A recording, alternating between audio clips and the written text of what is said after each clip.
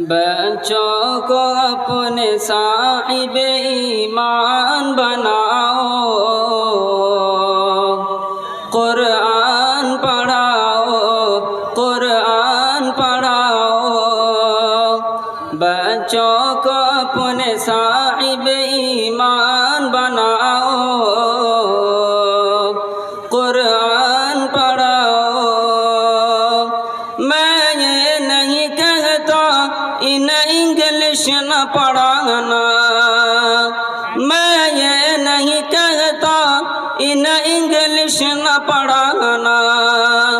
DMV commissioner इन कप्तान बनाना।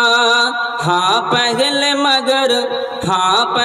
मगर दीन के अरकान सिखाओ, कुरान पढ़ाओ, कुरान पढ़ाओ।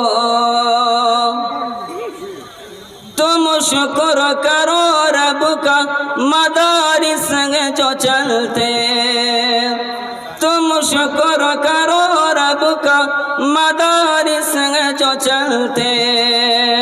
पढ़ लिख के यहाँ दीन के दाई निकलते। घर घर में यही जाके तुम ऐलान कराओ, कुरान पढ़ाओ, कुरान पढ़ाओ। बच्चों को अपने साहिब ईमान बनाओ, कुरान पढ़ाओ। बीटेक भी कराओ, इन MBA कराओ, साइंस पढ़ाओ, इन और चांद पे जाओ। है शर्त मगर पहले मुसलमान बनाओ,